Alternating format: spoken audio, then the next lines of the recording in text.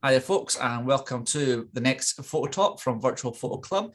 And today we are looking at the art of storytelling, and we have Lloyd Moore here to tell us all about it.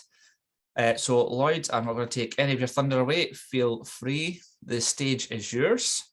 Welcome to the club, and thank you very much for joining us today. You're welcome, and hello to everyone.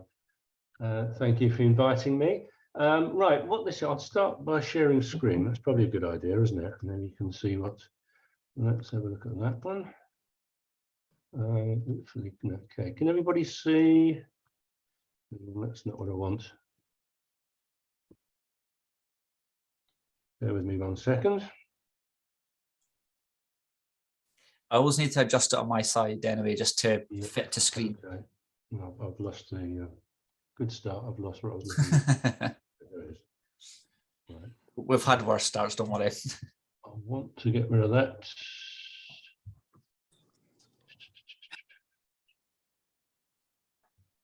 No, I don't want that one. Let me just come out of that. I'm trying to get the full screen, which isn't showing at the moment. Deciding to fight back.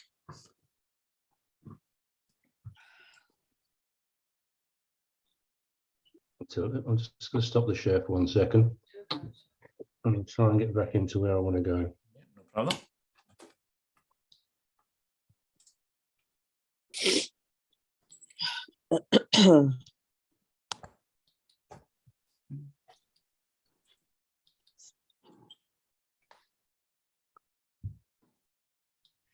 Just while you're looking for that, let's open up the floor just for a second or two.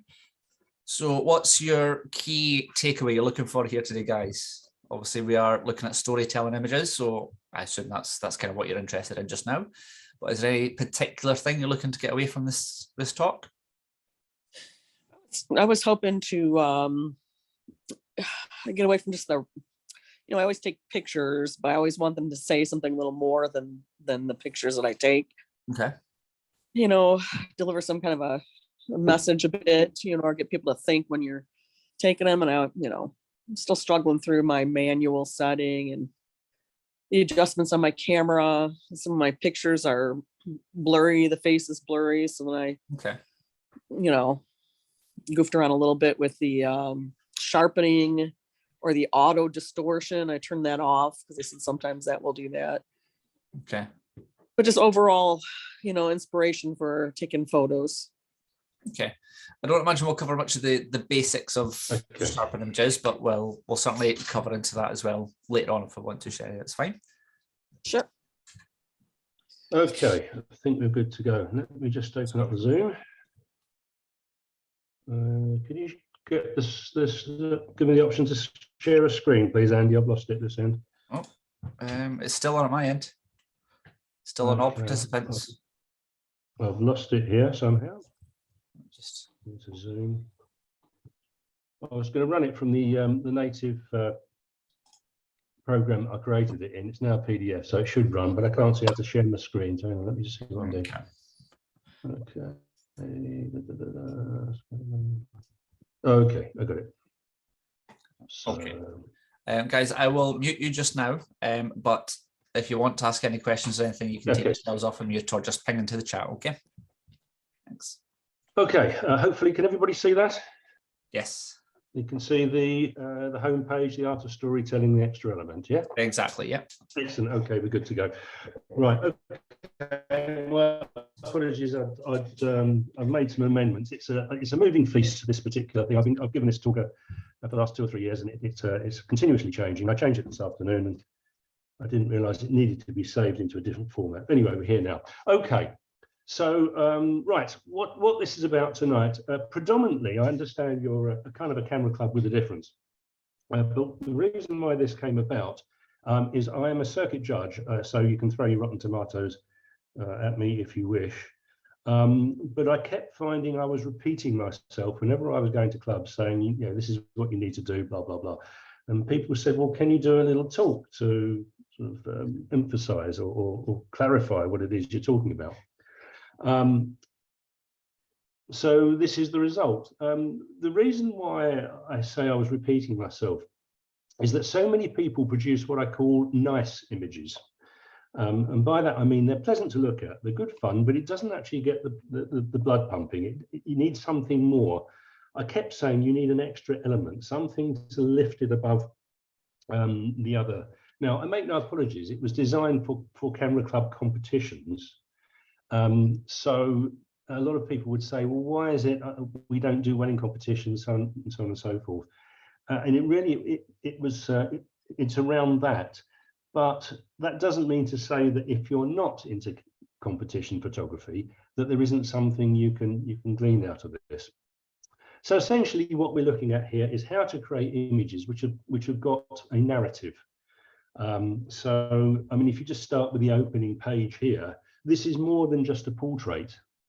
You can see that there are, there's an interpretation that you could put on this, and people's interpretation might be different. And by the way, ladies and gents, this is not a monologue. Please jump in with any questions or anything you want me to clarify. You know, really, it's just a discussion. I suppose another title for this talk could be what judges really think, because what we have to say when we go out is we want to encourage, not discourage. So you don't want to crucify someone who's maybe put in a poor image. You're trying to give encouragement, whereas what you really want to say is sometimes, what on earth were you thinking? Did you really want to put this in? So anyway, without further ado, let's go on to the next slide. Okay, this is just a little bit about me, some throat clearing, as I call it. You can read that if you wish. This particular image was in response to a set subject. It's the only selfie you're going to see tonight. I think I had a particularly hot curry that night, and this is the consequence. The set subject was things that go bump in the night. Does anybody remember a film called The Ring? It's a really horrible horror film, and it's a little girl. She's crawling out of the TV set. I remember it well, yes. Yeah, it's a real sort of, yeah, it really gets you. It was kind of a take on that, coming out of the screen. So that's me coming out of the screen. But there is an extra element to all of this. I don't know if can anybody spot it over and above the obvious, which is the zombies in the background and yours truly coming through the screen. There's the little girl in the bottom corner. Yeah, yeah. And the thing is, that's the extra element I was looking at. In itself, it's kind of a, you know, everybody laughed when I put it up because they recognise it was me and what have you. But that was the thing, really. It gives you that little extra something to look at, something more than just the straightforward. That's not to say that the rest of the image is straightforward, but every image, I like to try and create something that's got something a bit extra to it, another dimension, if you will. Now, Kristen, I'm glad you said that, because I didn't actually even notice the little girl until you mentioned it. Yeah. I was quite fixated on the zombie. It's in the bottom left corner. Yeah. And interestingly, I shall talk about later, that some images present better as prints and some images present better as PDIs, projected digital images. Okay. Because some images grow on you the more you look at it, and you need longer to look at it. Whereas often when you have a digital image come up, you've only got a few seconds to take in all the information. You don't always spot everything that's there. So those type of images tend to need more impact, whereas something like this can be a bit of a slow burner. What I actually thought on this one, sorry, yeah, carry on. No, please do, is the hands look a lot less green compared to the rest of the skin. So it's almost like as he's coming to the screen, he's becoming more human. Yeah, yeah, that's right. It took a lot of work doing it. I mean, obviously, there's a bit of photoshopping going on here. Yeah. I didn't really do that, as you can guess. And if you've got some Photoshop skills, fine. If you haven't, you still don't have to be a Photoshop wizard in order to create something that's got meaning, that's got narrative. So the next one, what makes a good photograph? This is kind of done quite well for me over the last 2 or 3 years, but I won't use this anymore. And the reason why I won't use it anymore is because it's been done to death. I don't know if you've seen anything like this in your travels. A few, but, yeah. It's kind of everyone's doing it now. And although I'm not going to be so arrogant as to say I was the first one that did it, the original image that I saw of this was more 2D. It was with some just some paper clips and stuff and spanners, and it didn't, you know. So this was more of a, I mean, that was bought off eBay, the nest. Because if you try and do a real bird's nest, it's horrible and it breaks up and everything else. And this was a combination. But the reason why I won't use it before is people are now looking at it and going, oh, not another one of these. I've even had a lady contact me from, she'd been on holiday in a hotel in Spain and she'd seen this photograph and she said, could I send it to her for her husband for Christmas? About 2 years ago this was. So someone had nicked this off the internet. What can you do? It's out there for everyone to see. I'm not too precious about it. So they'd used it and stuck it on their wall. Anyway, she bought the image. But yeah, it's something else that I'm talking about now. But forget for the moment that it's something that's kind of been done and done and done. It is a little bit different and unusual. Okay, so a story or a narrative. There's a subtle difference. The way I look at a story is it's kind of the synopsis, if you were. If you were reading a book, it might be the introduction, gives you the outline of the story. Whereas the narrative is something that's got more meat on the bone and you can put your own interpretation on it.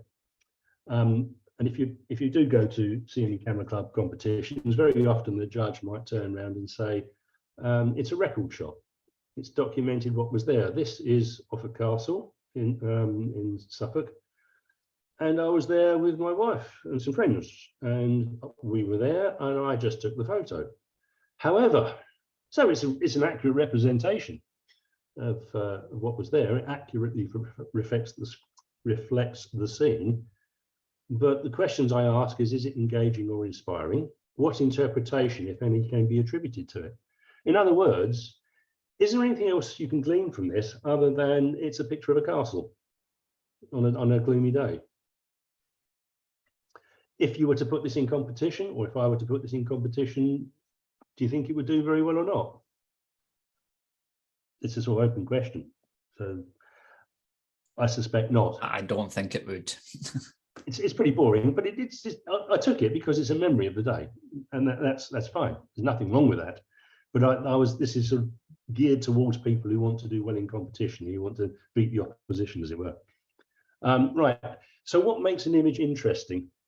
Now, this particular image, and by the way, if you want to go out and create something a bit unusual, it's always a good idea to have an image in mind of what you want to create. Now, this is a drab day in London. It was a day out from the club, and we just did a bit of street photography, architectural photography. But I wanted to get a specific scene. I wanted a shot where the roads merged, as it were, with the central element in the middle there. And it was taken with a fisheye lens. You can see with the curvature of the buildings left and right. However, if this were yours, what might you say? What would you do to improve it? What don't you like about it? And how do you think it could be made better? Has anyone got any suggestions of how this could be improved in any way?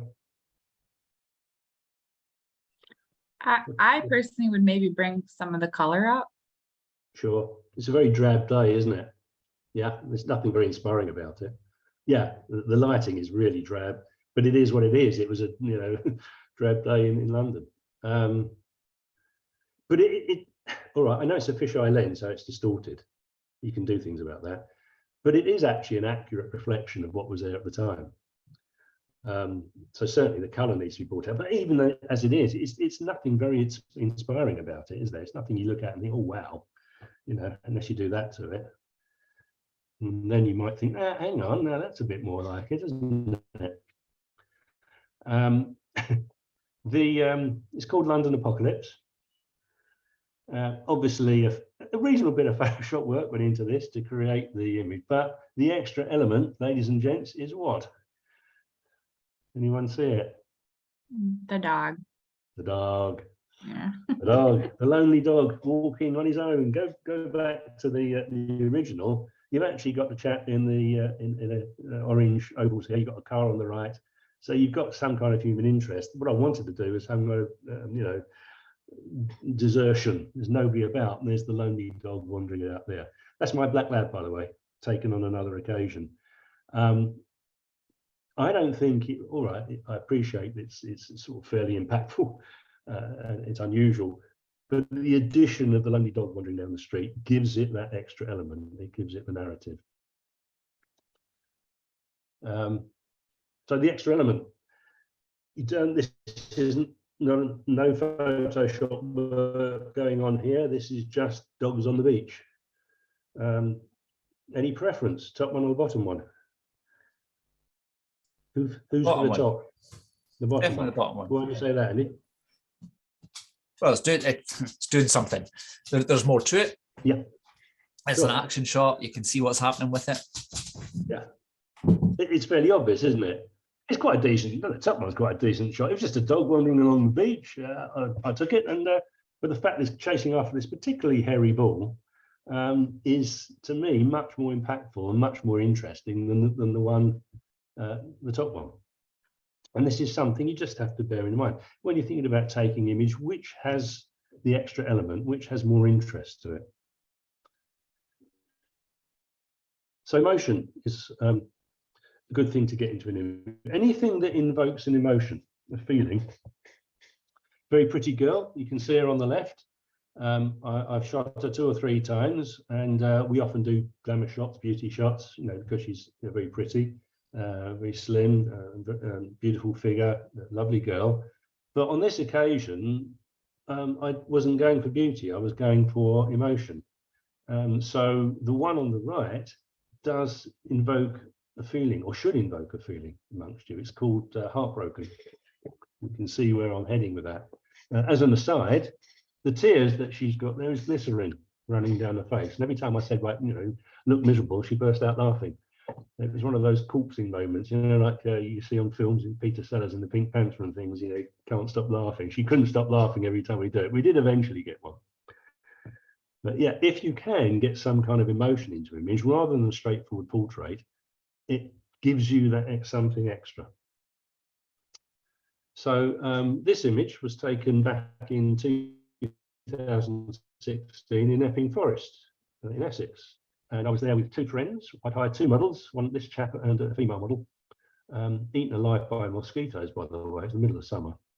But he got this fantastic look and this lovely garb, sort of wizard type garb on, type Lord of the Rings type feel to it.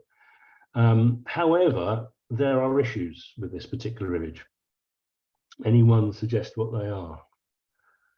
There's a few obvious things. Come on, ladies, jump in. Don't make me do all the guessing. I would maybe crop it a little more. Yeah. Yeah. What about and the hand in front of the face? Good girl. I don't know. Okay. We got that. That's what I was looking for. Yeah, the hand in front of the face. You can't really see the face. Also, the background is, you can't really. You want to have a little bit of context. You want to have to see where he is. What's the environment? Okay, you've got an idea. He's sitting on a log. It's amongst some leaves, but you can't really see what's behind. The smoke is great, the chalice, but yeah, you're right. It's the hand in front of the face, isn't it? So actually, there's not really much I could do with that, unless I wanted to go to a huge Photoshop and get, you know, clone things in and out. Much better on this occasion to use another one in the series, which is that one. Taken from a different angle. Now, the point that you made about the hand in front of the face isn't there. He's been grunged up. He really got that sort of knurled look to it. Now, interestingly, this is something that does well as a print, but not so well as a digital image, PDI, because again, there's an extra element in it. Anybody suspect what it is? Yes. On you go. Go ahead, Andy. I was going to say, I've seen this one straight away. The face in the smoke. What is it? It's the extra. I hope there's a face in the smoke. It's a face in the smoke. Yeah, wasn't there before. Oops, wrong one. It's obviously been superimposed later on. I put also the background. You can now make out there's some kind of detail in the background, so you can see that you're sitting in a forest surrounded by woodland. So it's got that feel to it. I put this in as a PDI, and often the judges will miss the face in the smoke because they only have a few seconds to make an assessment. Whereas with the print, you can time to study it. Very often say, oh, I didn't see that. So again, I've got this kind of habit of putting a little funny little thing in the corner, or just to keep the interest going. But now we've taken the image from a different angle. You can see the face clearly. You can see texture in the clothing. If we go back to the original one, his clothing, you can actually see where it's been ironed and or folded and everything. So we've kind of taken that out and brought up the folds and the grunginess. The background has detail, but there's a narrative to it. And by a narrative, I mean you can put an interpretation on. Your interpretation might be different to the person next to you, but nonetheless, it isn't just a straightforward portrait, is it? So, and the choice of model, of course, he's perfect for this particular shot because he's got this beard, this knurled sort of face, this real sort of really nice guy, actually. You wouldn't think so, but looking at it, but yeah. As I say, some images present better in print, others in digital, which we'll look at later on. Print or projected, that's my dog on the left, the one that you saw in the first image when he was a bit younger. The one on the right is a grab shot taken at a dog show. The one on the right was taken middle of the day, bright sunshine, the worst possible conditions to take a photograph, but with a little bit of masking and a white layer over the top of it, a little bit of masking through. It works very, very well as a print, but it doesn't work well as a PDI. And I think the reason for that is if you're sitting in a dark room and you've been looking at fairly low-key images, all of a sudden you're bombarded with this great flash of light. It can take a while for your eyes to adjust. The one on the left, by the way, consequently, does really well in a darkened room, particularly if it's projected on a large screen. Less so than if you do it as a print. It doesn't have the impact. And that's just a straightforward portrait, actually. But the thing is with dogs, I do a lot of dog photography because it's got the R factor. And we can relate to dogs, can't we? Because they have the emotions that we have, and they have expressions, and you can tell what they're thinking a lot of the time. Yeah, so that one's done really well as a PDI, the Black Lab, but not well as a print, and vice versa with Humphrey on the right there. Okay, know your audience. Again, of course, this is geared towards camera club photography, but it isn't only about that. But who are you producing the image for? If it's for your own enjoyment, knock yourself out. Do whatever you like, whatever floats your boat, whatever you want to do. If on this occasion you're looking at something for camera club judging, camera club competitions, trust me, the harvest mouse on a teasel is very cliche. There's anyone who's ever been to the British Wildlife Centre in Surrey will get this shot or something similar. It's very cute, mind you, but it's very contrived, of course, because harvest mice don't naturally find their way on top of teasels. So, so consider who's viewing it. If I were judging this, I would have to say something nice about it, and I would say, well, it's beautifully sharp, and it's certainly got the cute factor. You've got good differential focus. You've separated the background from the foreground. The mouse is perhaps a little bit small compared to the teasel, but nonetheless very, very nice. But what I'm really thinking is, oh no, not another one. Okay, so just bear it in mind who your audience is. If you care what they say, then think about what their reaction may be. Judges don't get my images. That's something I hear quite a lot. We had a chap at our club who was a top cycling photographer. He used to go, he followed the Tour de France. He knew all the top cyclists, the Bradley Wigginses and the Mark Cavendishes and all of those, Lance Armstrong, back in the day. He knew all of those, and he had these fantastic photos, and he won all these competitions, but they were related to cycling magazines and cycling journals. When he came to Camera Club, there were things wrong with it which didn't quite chime as well. There were issues with it. He got very upset about it because he said, well, I won all these awards, and yet every judge comes along and says the same thing. So he used to say, oh, judges don't get sports photography. Well, my answer to him was, no, you don't get Camera Club photography. They're two different things. That's not to say one is right and the other is wrong. You just have to bear it in mind. So if you were seeing the same image for the first time, you would obviously look at it differently than if you'd seen 100 other ones. Very, very similar. I call these type of photographs pay and display photography because you can go along to these events. They'll set it up for you. Very often, there's not a great deal of author input. You just have to put the settings on what they tell you, and away you go. I don't know if anybody does these British Photographic Exhibition competitions, but if you look at the bottom there, this is a quote which I've taken verbatim from one of the catalogues that came out afterwards, and it's relating around these type of things. It says there are many similar repetitious images shot at workshop events. The organisers want to ensure a balanced exhibition So very similar images were not going to make it. Entrance needs to ensure that images offer something different with clear input from the photographer. So you see what it is, they're looking for something just a little bit different, rather than just, if you're at an event with 20 other photographers, you're going to have 20 very similar images. So again, it's something you just need to bear in mind. It does cause a bit of controversy, I know, amongst it, because people say, well, what's the difference between a contrived shot like this and a contrived shot in a studio with a model? The difference is probably you've got more in a studio with a model, you've probably got more license to put your own stamp on it. So just something to think about. Another workshop event, frogs on logs.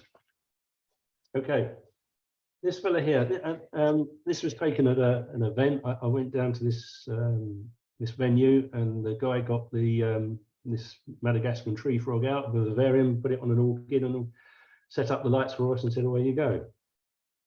However, ask yourself these questions. Okay, how unique is the image? It might be unique to people who maybe don't do competitions in the same way that I do, but I've seen thousands of them. How is the frog feeling? Happy, sad, pensive, or generally cheesed up with life? Is that a happy frog or a sad frog? You can't tell, can you? Is behavior displayed?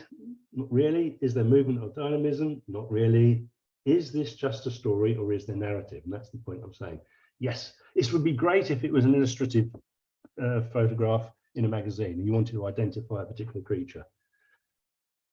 But there's no obvious author input. And when I say obvious author input, if you go to a place like Costa Rica, you probably might catch images like that, because you do get these creatures on a black background. So I don't know how this was created. If this was presented to me, it could be that the author has waded through a mosquito-infested swamp with lighting on their back to capture this image. But the question I would say to them is, why have you gone to all that effort when you can get exactly the same thing at any workshop events in the UK? So it's just something to bear in mind. Your choice of subject is important. Whilst it's a very colourful frog and everything else, it ain't nearly as fun as Twiggy here. Now, if you ask yourself the same question, how unique is the image? How is the dog feeling? Any suggestions as to how that, the clues in the title, but even without the title, I think you can pretty much say Is a happy. you can't really say what the frog's doing, but the dog is kind of yeah. It was taken Christmas Day 2 or 3 years back, first time she'd ever seen snow, and she rushed out and was having an absolute ball. You know, and it was a great shot. And of course, the owner of the dog was delighted to get this. I gave it to her as a print for Christmas. What a lovely Christmas present to get of a dog. She was having an absolute ball. She's loving the snow. There's obvious behavior displayed. There's obvious movement and dynamism. Is this just a story, or is there a narrative? Compare it to the frog. If these two came up, which would be your preferred image? I know which one I would go for every time. Is there obvious author input? This hasn't been set up for you, is it? This is something you've had to capture.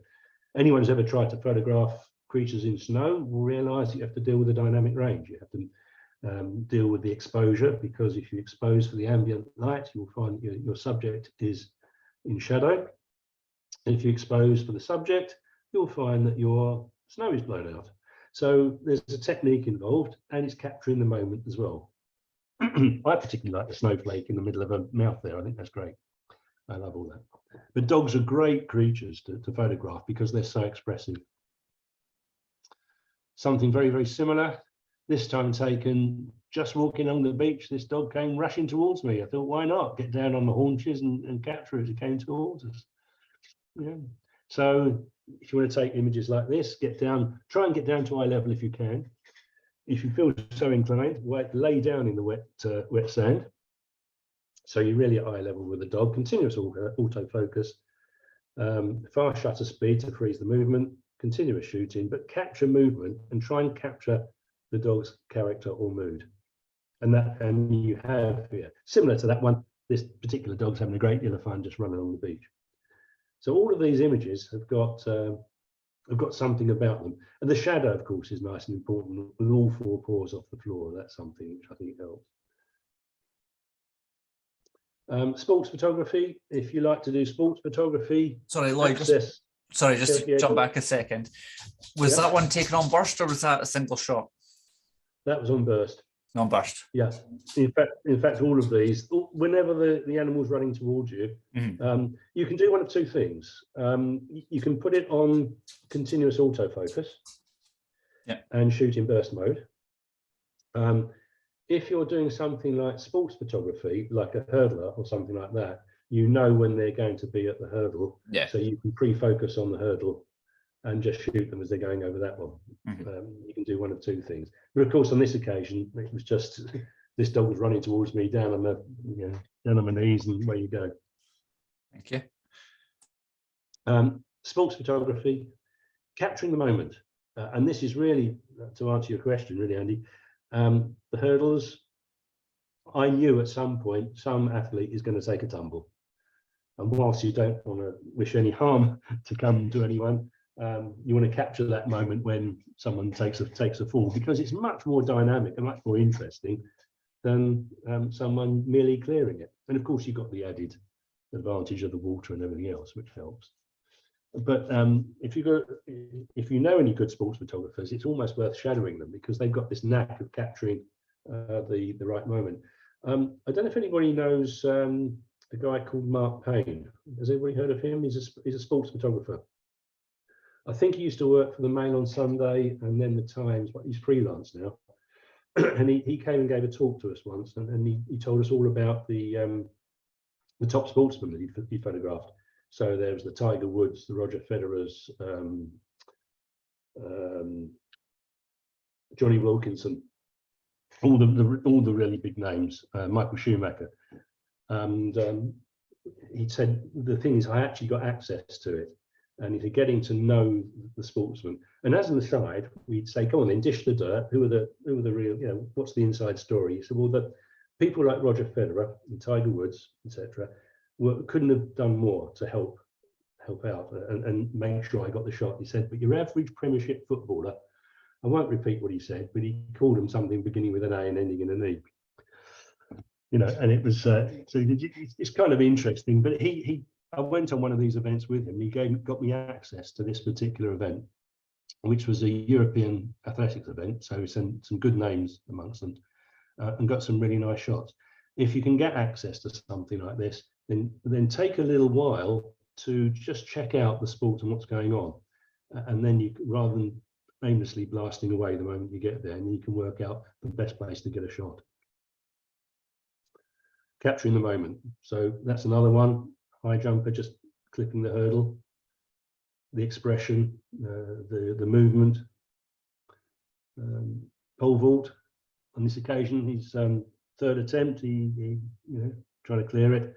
Trying to separate the elements is interesting as well. If you can make sure that if you can get the face, getting the face is very important on all of these, so you can capture the expression, but also the different elements. So in this case, we've got the pole and the bar all separated to a certain extent, so you can see every part of the shot. I would say anticipate judges' comments. Again, we're talking about the camera club judging, but and you need to consider that at the taking stage. This is actually taken at Lee Valley. I don't know if anybody's been down there. Is it Hertfordshire, Essex? And they have one of these rapids, which they use for. I think they use them in the Olympics as well. Comments on this one, please, ladies and gents. What do you feel about it? Anything that could be improved? Anything you don't like? Anything that's distracting? Or do you just think it's great as it is? Don't care. It's all subjective. I mean, see if anyone else comes in. For me personally, when it comes to even a sports portrait, I think either include all of the board or you get a tighter shot. So that just the fact that the tail end of the board is just slightly off frame would probably come up. Yeah, I'm with you on that. What about the background? The elements in the background? There's something, I don't know if it's another person or a white, an orange, something kind of in the middle. Yeah. Which draws the attention a little bit. Yeah, agree. And you've actually got these horrible concrete blocks on the right side, That too, yeah. and there's a wall at the back, and all of them. So really, it was a case, and it took me a while to realise that every shot I had these distracting elements in. So change your position, and I think you've got a good point. To me, that's much better, because you can see it's in the competition. You can see the face, you can see the expression, and you're right. I've cropped in. There's no more of the ball to be seen actually because it's underwater. So all the salient elements of the image have been captured. Yeah. And I quite like the expression on this one, the real determination of the canoeists to get down there. And some people say, should you include the pole, shouldn't you? I like it because it gives it context. It gives it a bit more meaning. Yeah, I think the facial expression on the last one's more about, why are you taking my photo? Yeah, sure. Like, It's what are you doing? It's a nothing, isn't it? It's a nothing, really. It's a document. Yeah, it's there. It's a documentary shot. Whereas that one has got more to it. Yeah, and it's just changing your position. Simple case. So really, it's just a case of let's go somewhere else where you haven't got these things behind, and let's. I mean, obviously, it wasn't the only one I took. I've got a lot of these, but you get some really good expressions. Badminton horse trials. Get into a position. If you can get the horse jumping towards you, is fine. This is nice enough, but I prefer that one. And the reason why I prefer that one is look at the horror on the rider's face. Look at the jockey there. She's thinking, oh my God, I'm going to capture that. And actually, the horse recovered from that, but you wouldn't know from that particular one. But that's so much more dynamic than that one. I quite like that shot because it captures the moment, but there's nothing about it which is unusual or spectacular. Whereas that one, you're getting real. It's a moment. You're capturing a moment, aren't you? As the horse is about to take a tumble, and of course the expression on her face is peerless, lovely. I really enjoy that one. Street photography. Elliot Erwitt inspired. Anybody who knows any of Elliot Erwitt's stuff? He used to made his living, I think, out of taking pictures of owners' legs and their dogs, and very often you'd get the absurd, where you'd get a very, very long-legged owner with a tiny little dog, or a very, very long-legged dog with a tiny owner, with little legs and a big dog. There's an element of humour. This was taken in Edinburgh, funnily enough, and it's the fact for me that the paws are off the floor at the front, just as the owner's leg, front foot is off the floor as well, and you don't need to see the whole of the owner, because see, there's a relationship, there's an interaction between the dog and the owner. And to me, best paw forward, this was called. I keep asking the same questions. How unique is the image? Have you seen it before? How is the dog feeling? Is behavior displayed? Is there movement or dynamism? Is this just a story, or is there narrative? Is there obvious author input? All of those things go together to make an image which is a bit more interesting than just a straightforward capture of somebody walking along with a dog. Street photography, love to do street photography, people watching. Very often, old and early faces are much more interesting than the young and beautiful. There's nothing wrong with the young and beautiful, of course. But this guy has lived a life, and you can tell, can't you?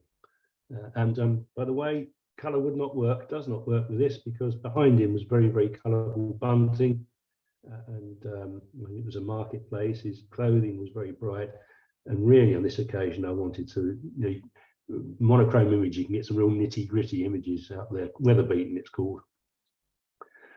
Yeah, so bit of street photography is I quite enjoy it, and I'm never bored. When my wife goes shopping, I hate shopping the best of times. I hate shopping with my wife even more because she can spend hours looking at the same thing. Well, no, she'll look at something, then look at every other shop, and then go back and buy the first thing she saw. So in the meantime, I'll say, you go off and do your shopping. I shall just go around with my camera and do a bit of people watching. So yeah, marriage made in heaven. Interesting character though, this chap. Don't know him, but lived a life. Studio photographer. This guy is a great model. This was a studio, as I say. I'd hired the studio, booked the model, and I was going for the 1930s, 40s American gangster type, Al Capone, Godfather type thing. He's got the real look. Really good model, great model. Some idiot photographer chopped off his hand at the bottom, which is a shame. So I had to do something about that. But that's the end result, which I think, again, the monochrome type is much more impactful, and it gives you that sinister. He looks really mean and nasty, doesn't he? He's not. He's a really nice guy. He's also about 11 stone wet through. But you wouldn't, looking at that, you wouldn't argue with him. He used to double for anybody remember Kid Creole and the Coconuts? The group? Don't know. Anyway, he's a vaguely. I remember the name. That's about it. Yeah, well, he was. He looks like him. He's a spitting image of him. He doubles for him on stage. Fair enough. And he can't sing a note, but he sort of warms them up before they arrive. So it's just interesting. And I looked at him. I said, yeah, you look just like Kid Creole. The problem with this particular model is he's so distinctive. Once you've shot him once, it's difficult to shoot him again. But great look, a really good looking model. Things to consider with portraiture. Try and get as much right as you can at the time of taking. Consider what needs to be done, otherwise it causes you a whole lot of problems later on. Consider the crop, skin imperfections, flyaways, the hair flying out, that sort of thing, highlights and shadows, limbs and hands and limbs. Sometimes people will chop off the limbs in unfortunate places, so you get half a hand or half a leg or something like that. The shapes and line, the background, catch lights. You want to catch light in the eye if you can, if you're doing studio shooting. You don't want to have two catch lights, because the idea of an artificial light is to replicate the sun. You don't have two suns, so trying to have one light, and trying to create some depth and shadows and put a key line around the outside if you're producing it as a PDI. So that's the original one, and that was the one that I ended up with. And I just think honing in on the you didn't really want all of that. I don't think that the green dress at the bottom really added anything to it. To me, that's the most impactful part, and bringing up the shadows and that sort of thing. It all helps, I think, to create an interesting portrait. It's not the best shot in the world, but I quite enjoy creating it. That's the same guy, Robbie. This was done for a set subject, actually, a competition. The set subject was, no, it wasn't, I lie. That wasn't a set subject, it's something else. But can anyone suggest a title for this image? Put your thinking cap. Come on, ladies, what are you thinking?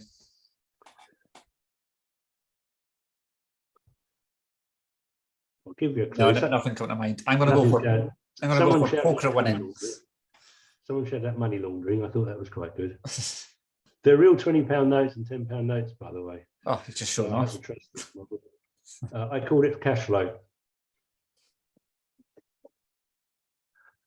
But it's got a story to it, doesn't it? That you can put, it isn't just a straightforward capture. You can put a narrative to it. What's he doing? He's got the kind of the money teller, the glasses, the shade. And the idea was kind of how money, if you want to get sort of a little bit pretentious about it, I guess, how money comes easily to some people. So there's money flowing out the tap. So you can put just something extra on it. There's this guy counting out big wads of cash, and there's even more flowing out the tap.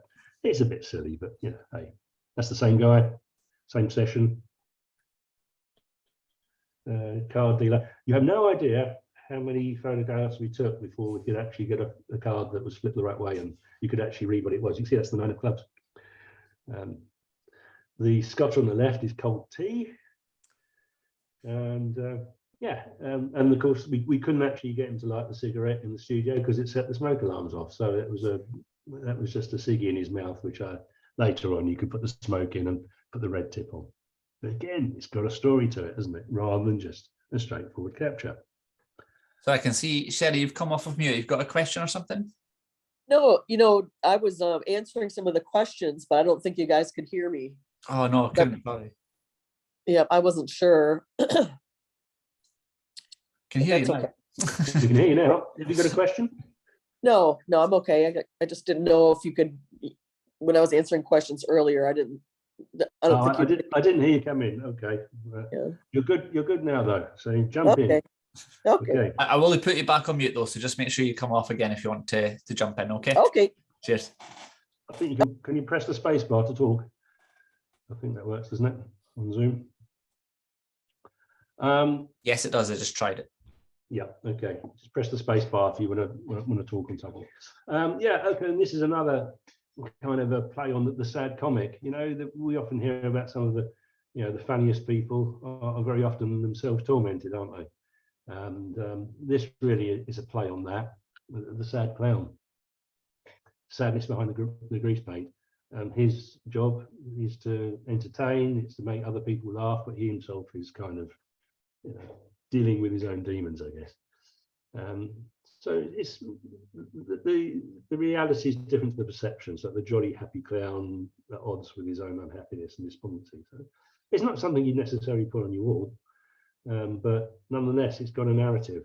It does more than merely capturing what was there, the scene. So there's perceived emotion, internal conflict.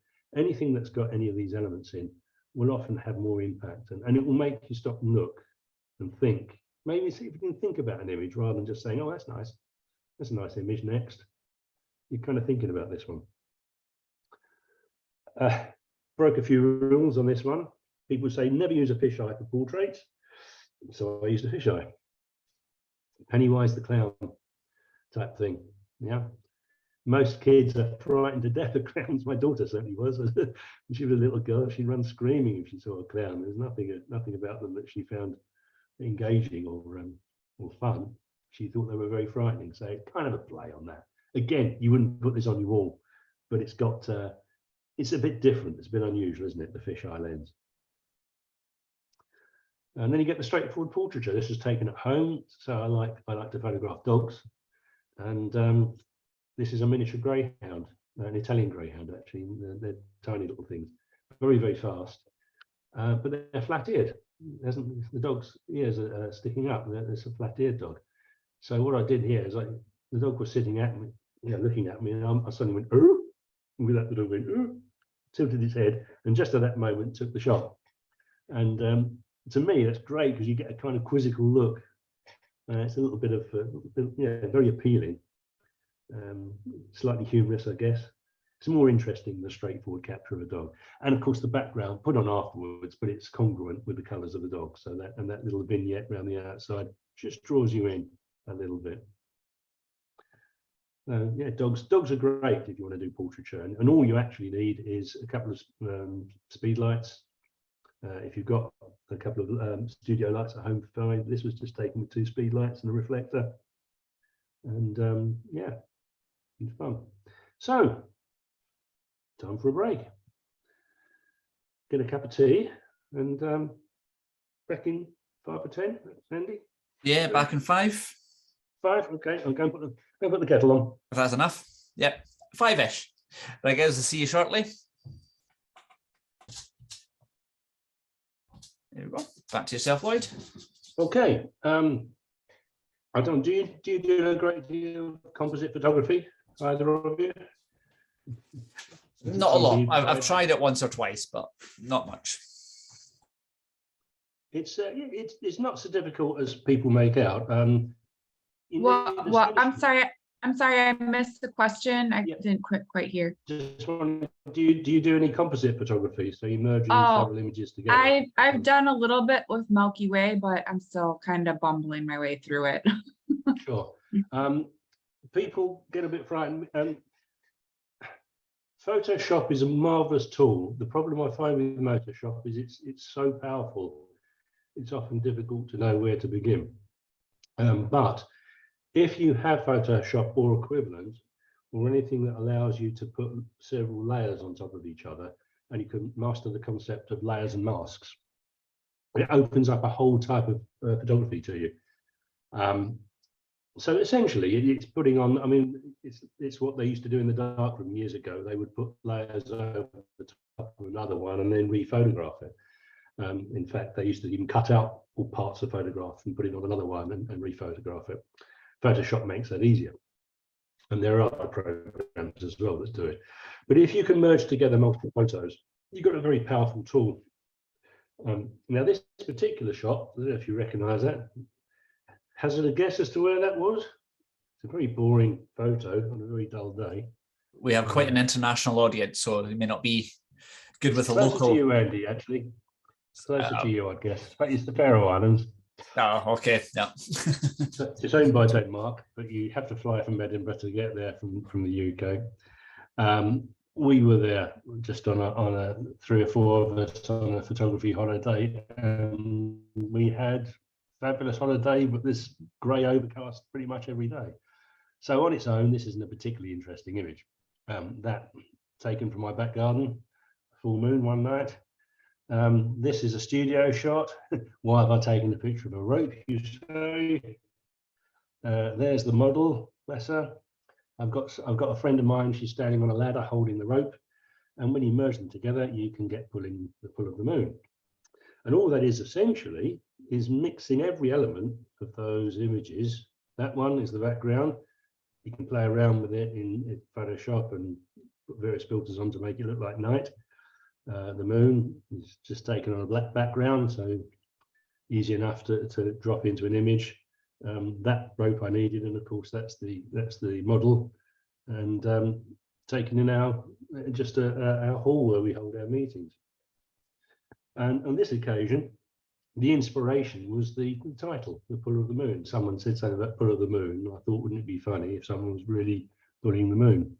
I'm thinking of The Rising of the Sun as the next one. So composite image is quite good fun. What I would suggest, if you haven't done any, start off with a very simple, just a 2-layered image. Go onto YouTube, they'll show you how to do it, how to create a composite image with 2 or more. Just start off something very simple, and you can work your way up to something a bit more complicated. You want to add impact? This is straight out of camera. At the same event that you saw earlier with the steeplechase. The problem with sporting events is very rare. If you look around the background, there's so many other things going on which are distracting. You've got a horrible red dome in the left side. You've got officials, you've got markers, you've got spectators, you've got equipment, you've got all sorts of things. And I thought, well, this is a no-go as a photo for me. I love the guy's expression, I love the movement, but very often you can go really simple and take out all the clutter in the background. And again, if you can do layers of masks, you can get rid of all this stuff out the back by putting a black mask on. And on this occasion, created something quite impactful. That's the same guy, absolutely same guy. You see that? The only thing I've done is I've taken out the distracting number that he was wearing on his front. Oh, wrong one. And gone in a bit tighter and created this halo effect, which again, and the explosion. This is fairly advanced stuff, but essentially it is just layers and masks. It's just multiple images to create that effect. So that's the original. And that was the next one. So there's quite a lot of before and afters in this section. And this might depend. Shot of a model. Sorry, a quick question, Lloyd. This might depend on the individual clubs. How much compositing and editing do you get away with? What, in terms of what, competitions or? In terms of your competitions, yeah. So when does it stop becoming a photo and more of a digital image? If you're doing nature competitions, they don't like you to manipulate anything. It should be straight out. They've now relapsed a little bit and say you can clone out certain things, but it starts changing the overall feel of the image. Then it's a no-no. So very often, anybody who wins nature competitions, they'll say, "Send me the original," to make sure you haven't tampered with it too much. Something like this is quite clearly, obviously, been done, yeah. But not all images need this type of thing. If that's not your type of photography, you don't need to do this sort of thing. Sometimes you can just get away with it at the taking stage, but it's just showing the possibilities. Okay. This one, I know what I wanted to capture. This again this is straight out of camera, a shot of the model, and that's the end result, which works well as a print, but not as a PI. Again, that's Photoshop, so we've got the ripples by the feet. And what I really wanted to do was capture them in a swimming pool to get this effect, but we didn't have a swimming pool, so this was played around with. So quite interesting, good model. This came back to kind of the extra element. The composite effect here is, can anybody see the regression in this image? Infinite regression, as I call it. Is it It's the he's a mate the of mine. picture is a little bit on the tilt? Yeah, it's kind of meant to be. Yeah. It's that's disturbing. But if you look at the picture is of him, and it's of him with a picture of him, with a picture of him, with a picture of him. So it goes all the way back. And it was called Perpetual Despair. Again, a bit pretentious, but the narrative behind this is, he won't mind me telling you, he's a very nice guy who suffers with depression. And he said to me once, when you are in a deep depression, you cannot see any way out of it. It's just going on. And I'm fortunate, I've never suffered from depression myself, but I know people who have. And I have a great deal of sympathy. And I said, look, would you mind if I did this? He said, no, knock yourself out. So he actually found this old abandoned warehouse and he posed for me. And the idea of this is to try and say, it's not uplifting, but it's got emotional and it's got interpretation. It's got a narrative. It's actually saying something about depression and how people cannot sometimes see the way out of it, how it goes on and on and on and on. So it's quite a neat trick. I mean, you don't have to put something quite as macabre as that. You can do joyful images as well. I've seen the ones that with this repeating patterns in the background as well.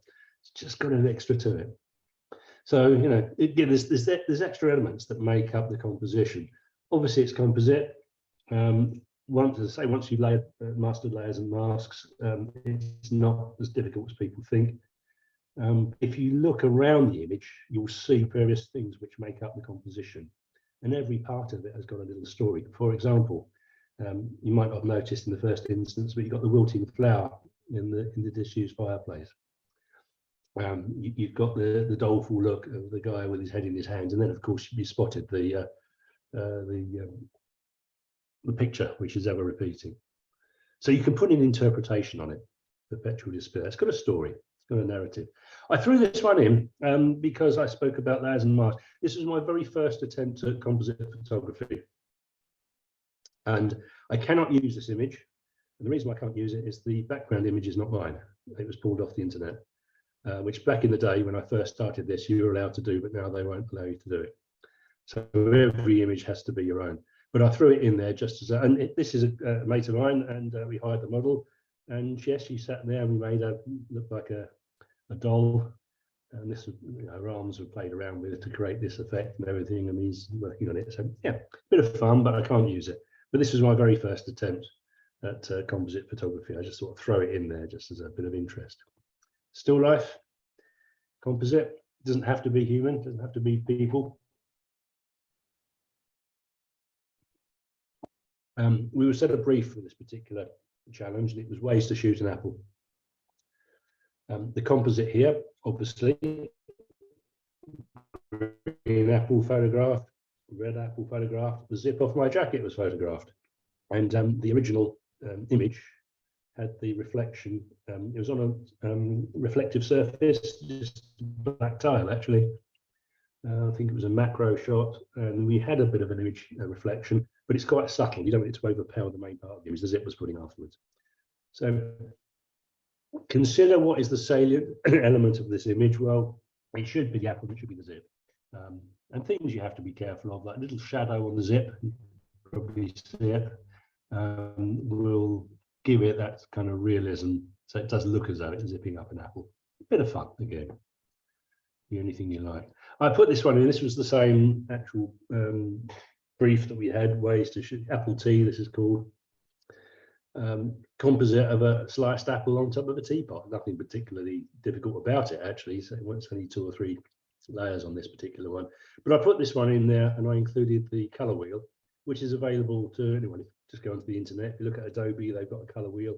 It tells you which colors work well with others. And generally speaking, the opposites work well. So the blues will work well with the yellow, less well with the violet. The violet will work less well with the magenta, but the magenta will work with green. As a general rule, not always. So it's just something to bear in mind. So if you're thinking about doing a color image, so and maybe you're dressing a model up or something, to consider the background and consider the colors. Look at the color wheel, gives you an idea. Humor. Humour, I think, is quite an element. It's often dismissed, I have found, because people say, oh, it's humorous, but it's not really serious photography, whatever that means. But no, I quite enjoy it if you can make it. On this occasion, I know what I wanted to do. The model was in the studio. The dog, we were just walking along. This dog suddenly appeared out of the canal with this enormous log in its mouth. And I just thought, well, I'll take the picture because it's fun. I didn't take it for any other reason. That's my daughter. That's the dog that you first saw in the snow, Twiggy. And she's holding a treat for the dog to get her attention. And I wanted to have a guilty look on her face. So several shots were taken before we got that look. She's looking at me with a kind of, I don't know, to me, it looks as though she's feeling guilty, which she should, because that's the end result. And poor little thing, it wasn't fair to put that down. But remember I said to you that every element has to be the author's work. You can't put it off the internet. I had to photograph every element of that. I shall leave that to your imagination as to how I got the little package on the floor there. It's called It Wasn't Me. And also the dog, by the way, of course, is a different dog to the one I actually photographed in the top left corner. That was the dog that came out of the river. I've just coloured it to make it look like the dog in the main one. And that was the original dog, which has now been grunged up. And the brief that we were given on this occasion was weather.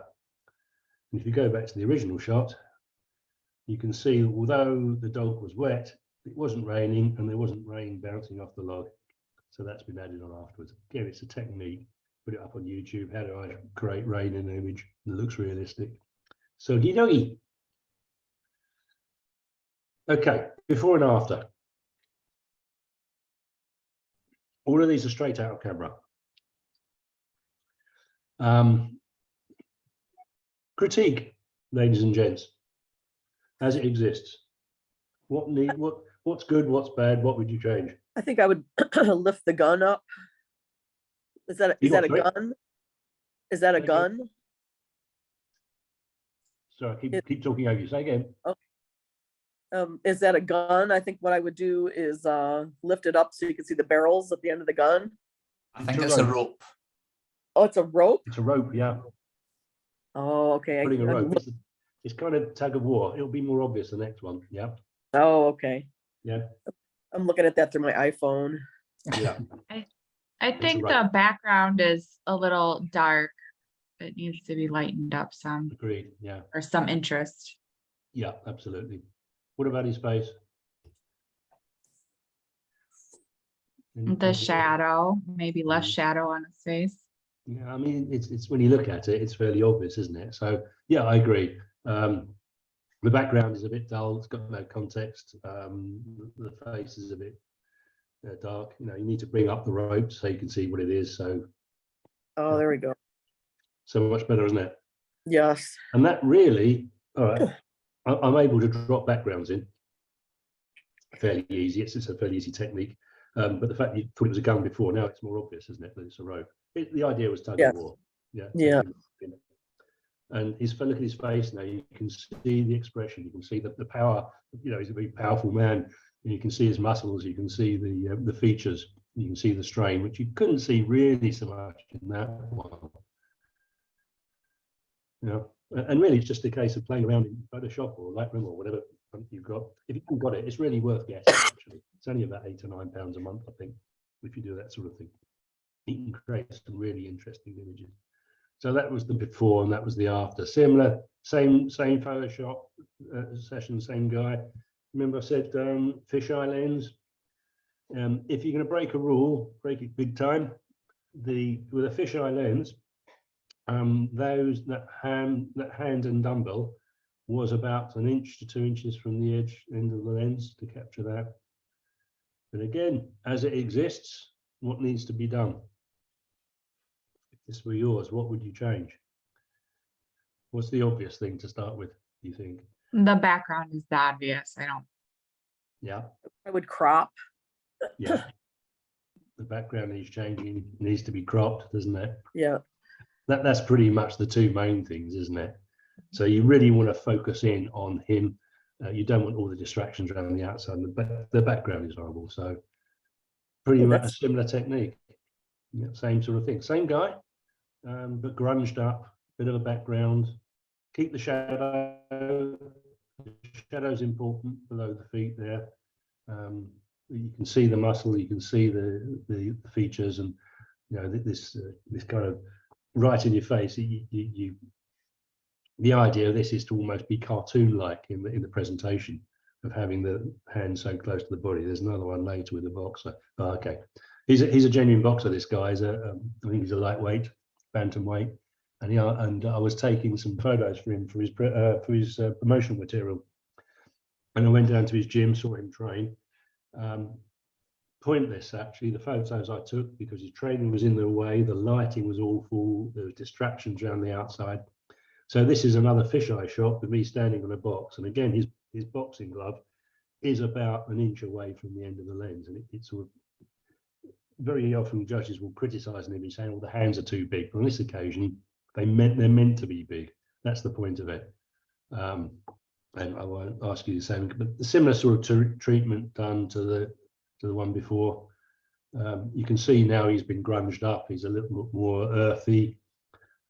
We've got rid of the distractions in the background. We've also lightened up his leg, and you can now see his leg, and you can see his shoes that he's wearing. And it's got that. You can see the difference. And look at the lines and the character and the texture in his face. Much more gritty, much more grainy. And it's got a lot more impact. This is going back to the original one, Epping Forest. This is the before. You can see the background has got very little context. There's very little detail in his clothing again.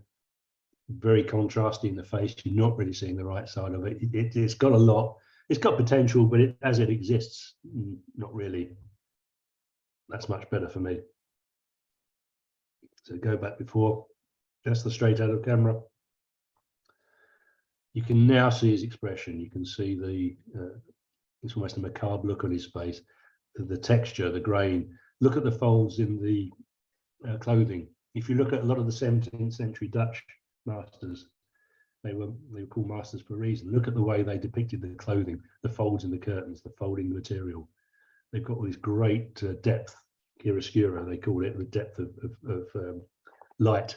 So you get a 3D effect by changing the lighting and the depth of the light. So that was the before and that was the after. Sometimes a simple image.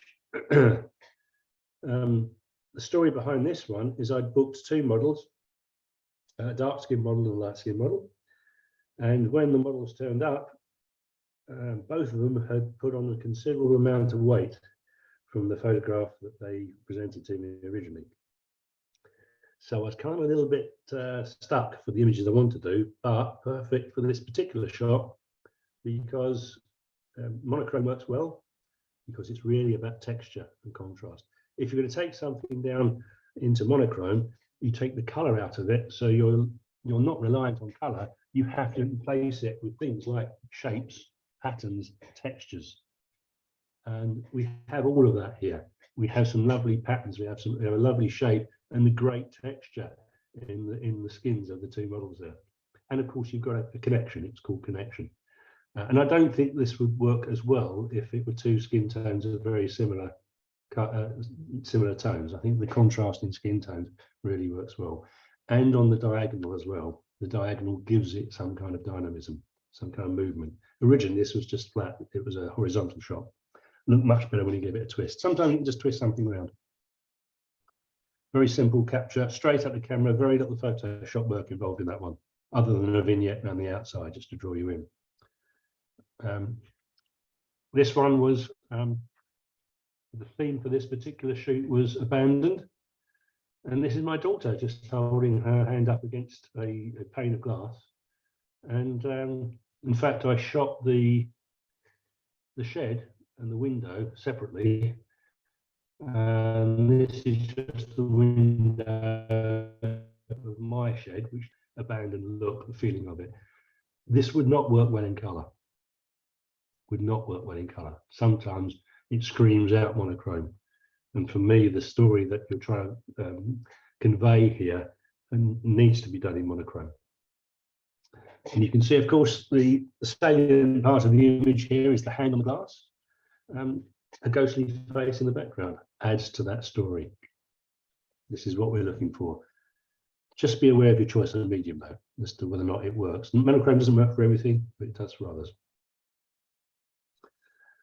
Going back to sports photography, consider the salient element of the image. Which part of is the most interesting? So again, if this were your image, which is the most interesting part for you? I think it'd be the runner in the middle. The guy in the middle, and he's clattering the hurdle, isn't he? Yep. Yeah. Odd numbers tend to work well. I don't know why. 1 works well, 3 works well, 5 works well, 2 less so. I don't know why.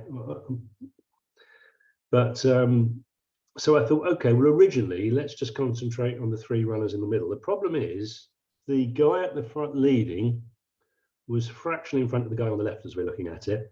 And the guy on the right was a pace or 2 behind them. So we've actually got a situation where 2 runners were in focus, but the guy on the right, as we're looking at it, wasn't.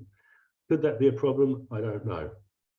But I kept thinking, well, what is the most interesting part? Yeah, it's him. It's the guy in the middle. And also look at the background. Look at the horrible stuff we've got, the distractions, this blue board behind it and the one behind the guy on the left with the eagle on. To me, the interesting part of this image is the guy in the middle. And the fact that he's clattering the hurdle, he's bending it a bit, is much more important. So that is, to me, way more powerful than just having that one. And you can see the expression, you can see the power in the athlete, you can see what's happening. He's clattered the hurdle. Look at the hurdle bending as he's hitting it. If you go back to the original one, it's not as impactful, is it? And you can see what's behind him. That blue thing has been taken out by a judicious bit of cloning. Takes a bit of time, but consider the important part of the issue. What's the important part of the image, which is the bit that's got the most impact and is of interest. We don't need the other 2 because we can see everything we need to see with him. Straight out of camera, dog in the snow again, going back to that one, just running in the snow, dog running towards me. Much more interesting if you zoom in. Yeah, because look at the expression, look at the look at the daft lip and the tongue and the one ear up and the other one down. Isn't it great? Don't see it quite so much there. Taking the red collar out as well, just to make it, yeah, just yeah. Look at the part of the image which is of interest. We don't really need the bit around the outside. What we're looking at is the dog running in the snow. So let's go in as close as we can. Give us a little bit of room around the outside to give it context. We can see she's running in the snow. We can see that there's trees around her. That's as much you need. The rest of it, we want to see her. That's the same dog. Shooting in RAW. If you don't shoot in RAW, I suggest you do, because if you shoot in RAW, you can do all sorts of things. You'll notice this particular shot is a bit underexposed, but because it was taken in RAW, we can lose some of the detail that you might have lost in the original taking, or might not be obvious.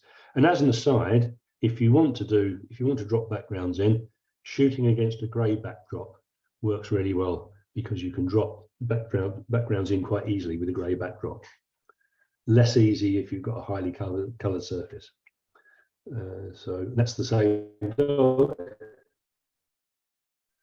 With just again, look, the expression is what we're after. We don't need the rest of it, and the background is dropped in afterwards, and the background is congruent to the image itself. It matches it. It's not competing with it, and it's got its own built-in vignette. As you can see, it's dark around the outside, so it just brings you in. Completely up to date. You say, why have you taken this shot? This was taken last Monday.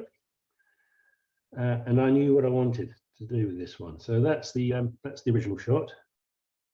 That was the second shot, and that's the merge shot. So how that was done is I wanted to get the hand in focus, but the model out of focus. But because of the lighting conditions and because of the depth of field I was shooting at, I couldn't get him out of focus enough in the background.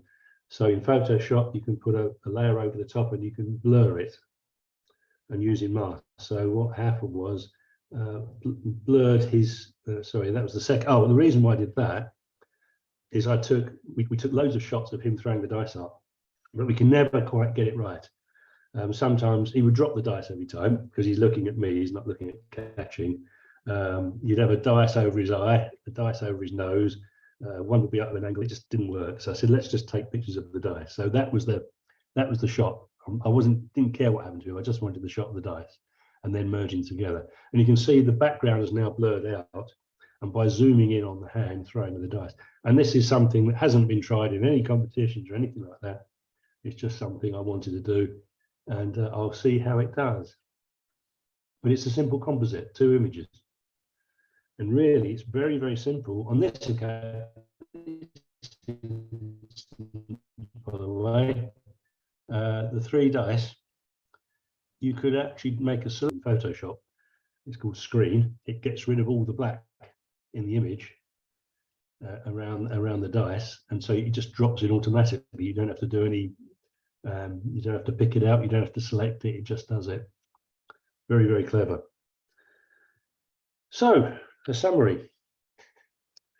Technical competence, yes, it's kind of given in many ways. It's almost expected with today's photography. The equipment is so good, you can get some very good images. So the technical side of it, I think, is less, for me, it's less important than the artistic side. For me, photography is an art form rather than a science.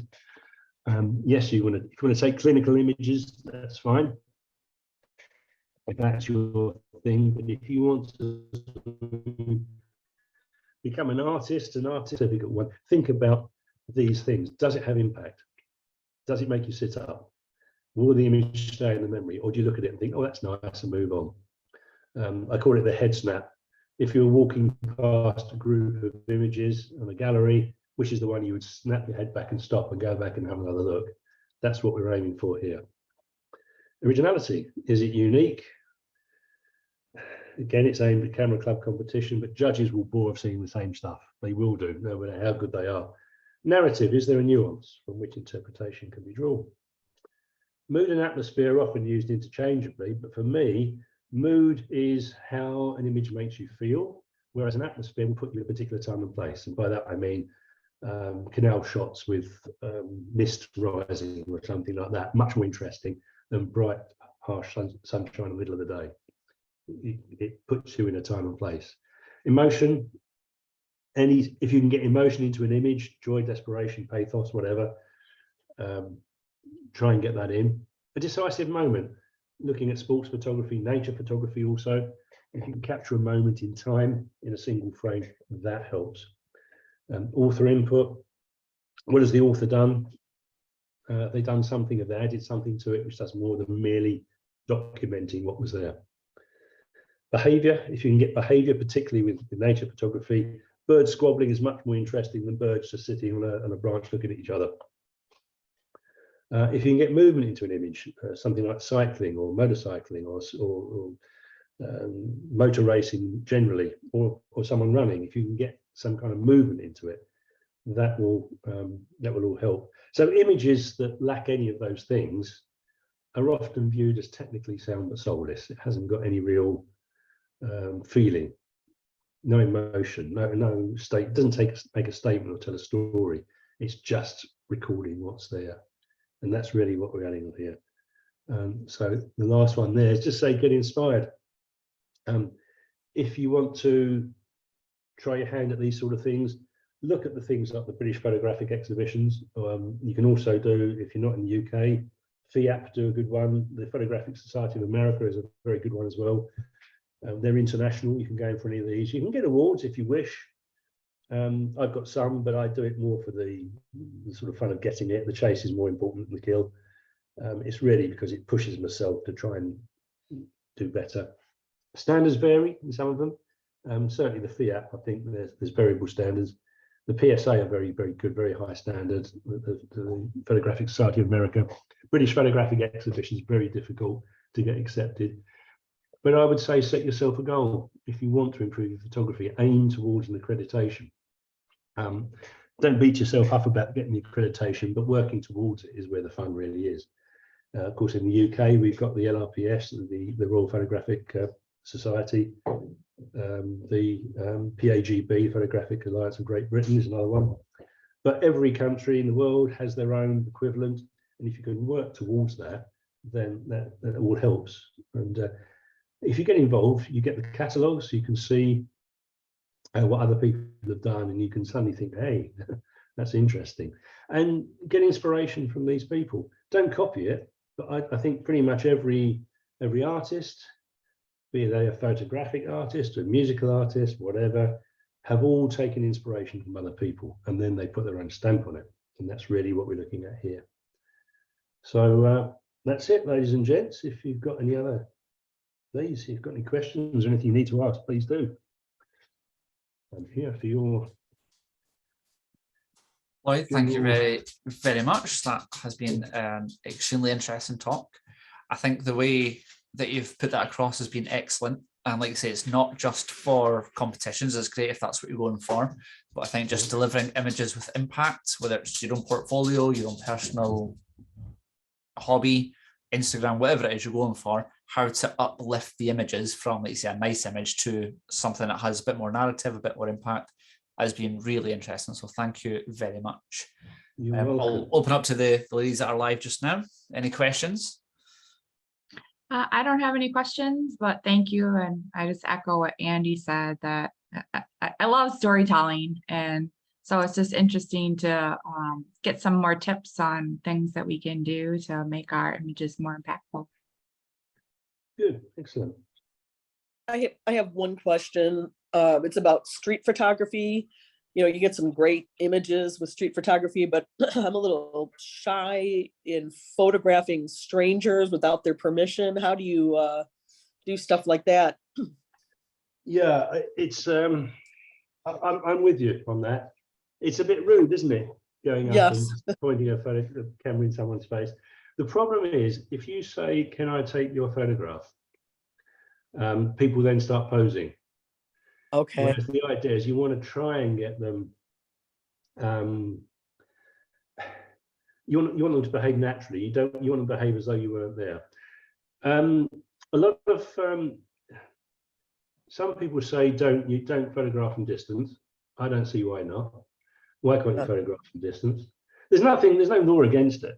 You know, Okay. you can do it, but it just, as I say, it sounds a bit rude, doesn't it? Going and sticking. I have actually sometimes I've gone through and say, look, hey, I saw a guy walking through London once, and he had this fantastic hat on, had a Vietnamese hat. He wasn't Vietnamese, the black guy, but yeah, he looked really great. I said, hey, do you mind? Can I, we take? And he was great, and I got some nice photos. But very often they'll put on a full smile or something like that. You can get small cameras which have got flip screens, and you can be looking down. You don't have to put the camera up to your eye. You can put them down, have the flip screen, and just walk around and do that if you wish. Oh, right. Okay. And very often, you sit outside at a cafe with a cup of coffee, just watch people walk past, and you can have your camera in front of you on the table, and you can have the flip screen, and you can just do, and they won't even know you've taken a photo. So yeah, I'm kind of with you. I love doing street photography, but yeah, the one thing I will draw the line out, I don't like to photograph homeless people, because it's kind of kicking them when they're down, Right. But, I see a lot on the streets sometimes. I see a lot of really cute little kids, yeah, kids you've got to be careful of as well, haven't you? Because yeah, they'll say, like, especially in today's climate, they'll say, well, not so bad, but certainly for a guy, what are you doing taking a photograph of my little girl or whatever? And I try and stay away from kids. Unless, of course, the parents are happy for you to do it. So I think the one time I got a nice little shot, I asked the dad if I could, take a picture of this little girl. She's the cutest little thing, Yeah. But I'm not to the point where I'm comfortable going out in the street, and I like the looks of those pictures, but I'm not so comfortable doing it yet. Yeah. You can do it without people realizing you're taking it. And Right. there's a number of tricks. One of the good trick is if you see someone that you want to take a photo of and they're walking towards you, don't point your camera at them. Take a series of photographs, okay, and then you get the one you want, and they just think you're doing a panorama. Oh, nice. Nice. That's clever too. Or don't look at them, look past them. So look past what you're doing and saying photograph that, and they just think that they're in your way, whereas in actual fact you're taking a photograph of them. People don't mind you taking photos of dogs, by the way.